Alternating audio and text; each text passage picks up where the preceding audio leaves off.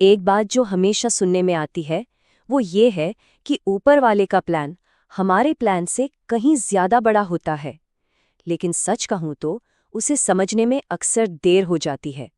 आज की कहानी इसी गहरे विश्वास के इर्द गिर्द घूमती है। तो सवाल यही है कि क्या सच में जो कुछ भी होता है वो अच्छे के लिए होता है? चलिए, इस कहानी के जरिए इस सदियों पुराने सवाल का जवाब ढूंढने की कोशिश करते हैं। तो कहानी है एक महात्मा की। वो अपनी साधना में पूरी तरह से डूबे हुए थे और तभी उन्हें एक आकाशवाणी सुनाई देती है, मतलब भगवान का एक सीधा संदेश। और उस आकाशवाणी में क्या कहा गया? आज से ठीक 1 साल बाद तुम्हारी गर्दन तलवार से कट जाएगी। सोचिए, ये कोई मामूली चेतावनी नहीं थी, ये तो उनकी मौत की तारीख थी। और यहीं से कहानी में एक जबरदस्त मोड़ आता है।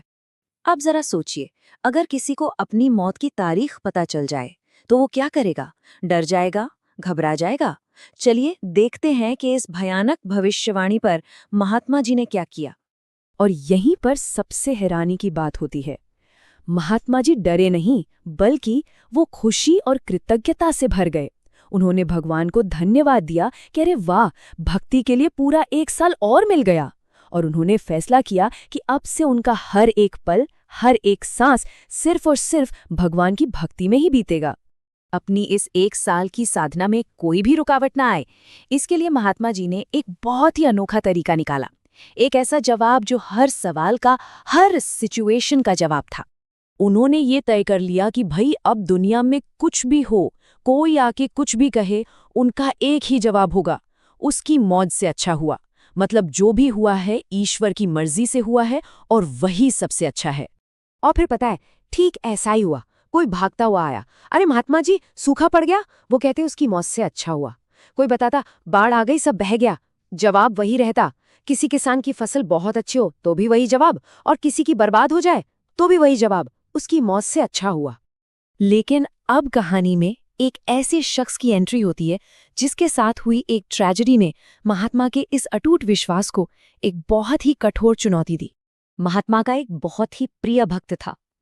एक ही दिन में, सोचिए, एक ही दिन में उसकी पूरी दुनिया उजड़ गई। सुबह उसका इकलौता बेटा गंभीर रूप से बीमार पड़ा और दोपहर होते होते उसने दम तोड़ दिया। वो बेचारा पूरी तरह से टूटा हुआ, बिखरा हुआ, शाम को बस थोड़ी सी सांत्वना की आस में महात्मा जी के पास पहुंचा। उसने रोते बिलखते हुए महात्मा को अपने बेटे की मौत की खबर सुनाई। महात्मा को अंदर से तो बहुत दुख हुआ, लेकिन अपनी आदत और अपने व्रत को निभाते हुए उनके मुंह से वही शब्द निकले, उसकी मौज से अच्छा हुआ। और बस ये सुनना था कि उस बेचारे भक्त का सारा दुख एक जलते हुए गुस्से में बदल गया। उसे लगा कि ये संत उसके दर्द का, उसके बच्चे की मौत का मजाक उड़ा रहा है। और उसी पल उसने कसम खा ली कि वो इस ढोंगी महात्मा को ऐसा सबक सिखाएगा जो वो कभी नहीं भूलेगा। और फिर अगली सुबह वो दिन आ गया, भविष्यवाणी का दिन और भक्त के बदला लेने का दिन। वो भक्त सुबह होने से भी पहले हाथ में एक तेज धार वाली तलवार लेकर रास्ते की एक झाड़ी में जाके छिप गया। और जैसे ही महात्मा जी टहलते हुए वहां पहुंचे, अचानक एक मोटी जंग लगी कील सीधा उनके पैर में घुसी और आर पार हो गई। महात्मा दर्द से चीख पड़े और उनकी वो चीख सुनते ही भक्त सब कुछ भूल गया, अपना गुस्सा, अपना बदला, तलवार वहीं फेंकी और मदद के लिए दौड़ा। और बस उसी दर्द भरे पल में कहानी के सारे धागे आकर जुड़ते हैं। यहीं उस बड़े प्लान से पर्दा उठता है जो अब तक किसी की समझ में नहीं आ रहा था।